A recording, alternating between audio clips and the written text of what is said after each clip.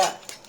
ওরে বাবা, বাজার থেকে শিং মাছ নিয়ে আসছি, কিন্তু ঘরে তো ছাই নাই। ছাই ছাড়াই আমি যত মাছ কাটি, এই যে এই পিছলা জাতীয় যত মাছ আছে, কিন্তু ভেবেছি কি করা যায়। তখন ফ্রিজে রেখেছি, কিন্তু ফ্রিজে সময় অল্পর জন্য ফ্রিজ থেকে বের করে তারপর 2বার করে ফ্রিজ থেকে বের করছি, যে মারা যায় না এই মাছগুলো। তখন মাথায় একটু খেয়াল আসলো যে লবণ মাখলাম, লবণ রেখে অন্য একটা সবজি কাটছি, এর মধ্যে মাছটা সেই লবণে সেই কাটা দেবে না বিধায় লবণটা মাখাইছি। এখন এই যে কাটতেছি, লবণে মাছটা জ্যান্ত মাছ লবণ দিছি, পরে এখন আর জ্যান্ত নাই। এরকম বটি, এই যে আছাড়ি সহ বটি ব্যবহার করবেন, ওইটাই সহজ কাটতে। হ্যাঁ, এরকম বটি, এই যে আছাড়ি সহ। এখন কাটবো কিভাবে দেখেন। এই যে আঙ্গুল দিয়ে বুকের কাটাটা একটু ভাঁজ করবো, বুকের কাটাটা একটু ভাঁজ করবো। এই যে যেহেতু মাছটা মরে গেছে, ছাই লাগে না, তখন বুকের কাটাটা এই যে করলাম। এই যে বড় কাটাটা কাটলাম, এই দেখেন কাটছি, দেখছেন। তারপরে এই যে মাথার যে ওদের যে দাড়ি মোষ থাকে সেটা ফেলাইলাম। তারপরে এই পাশে বুকের কাছে একটা থাকে, ওইটা ফেলাইছি।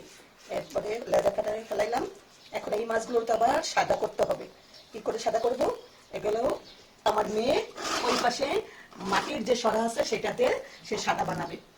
এখন সে এটা হচ্ছে একটা সরা, এটা হচ্ছে উত্তরবঙ্গের মানুষ, দিনাজপুর, রংপুর এদিকে মানুষরা এটাতে হচ্ছে, আমরা যেমন পাটাপুতোয় হচ্ছে ভর্তা খাই, এরকম এটাতেও তারা হচ্ছে ভর্তা বা যে কোনো ধরনের পেঁয়াজ মরিচ মানে ইনস্ট্যান্ট তাড়াতাড়ি বেটে তারা এখানে খাওয়া দাওয়া মানে করে আর কি, ভর্তা টর্তা খাওয়ার জন্য এটা ব্যবহার করে।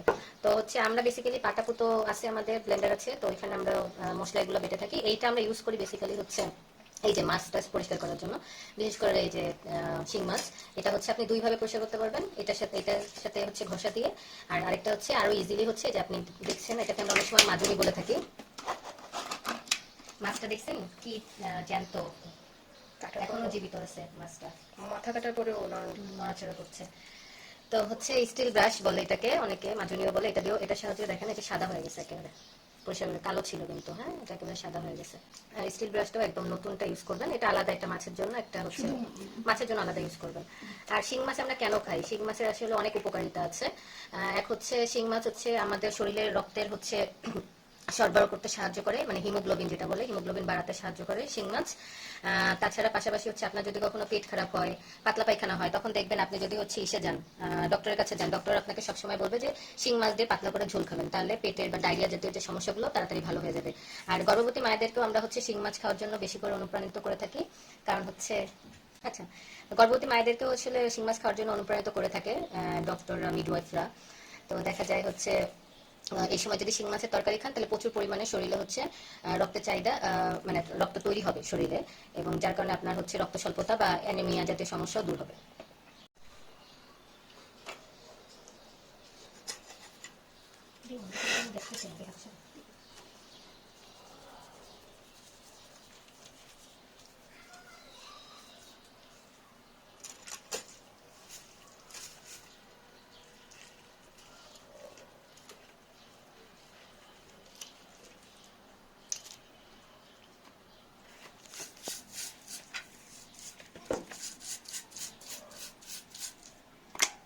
এটা কোন মাছটা যেন নড়ছে বাবা, ওটা ধরতে পারবো না। এই যে একটা দেখেন কালো মাছটা, দেখছেন? এখন এটা পরিষ্কার হয়ে যাবে, জাস্ট দেখেন, ম্যাজিক, ম্যাজিক দেখেন। গ্রামে, আমরা যখন গ্রামে ছিলাম তখন আমাদের দেখেছি, আমাদের আশেপাশে অনেকেই দেখতাম যে তারা এই মাছটা, তারা গ্রাম্য পদ্ধতিতে জানে যে মাছের এই যে যদি আপনি উপরে কাগজটা যদি উঠাই বলেন, তাহলে বলে সেই পত্য ব্যবহার করে, যারা ওষুধপত্রের জন্য সমস্যা, তারা বলে যে এটা থাকলে খাইলে, এই ঝোলটা খাইলে বলে, কারণ ভাজার সময় তো আর কালো থাকে না, ভাজলে তো ওই মাছটা পুড়ে কালোটা উঠে যায়, সেই জন্য তারা মাছটা খসে না, এই মনে করে তারা মাছটা খসে না। কিন্তু আমরা যত আধুনিক যুগে, এখন আমরা যখন মাছটা এই যে না ঘুষে খেতে পারি না, যেমন পাঙ্গাস মাছ, তো পাঙ্গাস মাছও মানুষকে দেখবেন আনার পরে যে শিউলি ফুলের পাতা দিয়ে খসে ওটাকে সাদা বানায়। তারপরে অনেকে আছে চামড়াও ছুলে বাজার থেকে যখন কিনে আনে বা চামড়াটা কেটেই ফেলায়। শোল মাছে অনেক মাছের আজকাল মানুষ চামড়া খেতে চায় না, হ্যাঁ, চামড়ার সমস্যা। সেই জন্য আমরা জানি, সেই এখন যেমন পুকুরের পানিতেও, আগে মানুষ পুকুরের পানিতে খেত, পুকুরের পানি দিয়ে গোসল করতো, কাপড় চোপড় ধুতো, কিন্তু এখন তো অনেক সমস্যা পুকুরের পানিতে। একটা মানুষের শরীরে কত রকমের রোগ থাকে, আমরা তো সেটা বুঝতাম না আগে, এখন বুঝি যে একটা মানুষের শরীরে কত রকমের রোগ থাকে সেই পানিটার মধ্যে ছড়ায়। আমরা এইটা এখনের যুগে বুঝতে পারতেছি, আগে তো এটা বুঝতাম না। সেটা তারাও সেই মনে করে তারাও এই শিং মাছের এই গাটা ঘষাঘষি করতো না, কিন্তু আমরা এই আধুনিক যুগে দেখি যে এটা না ঘষলে মাছটা দেখলে তরকারির মধ্যে ঝোল দেখলেই তো খেতে পারবো না।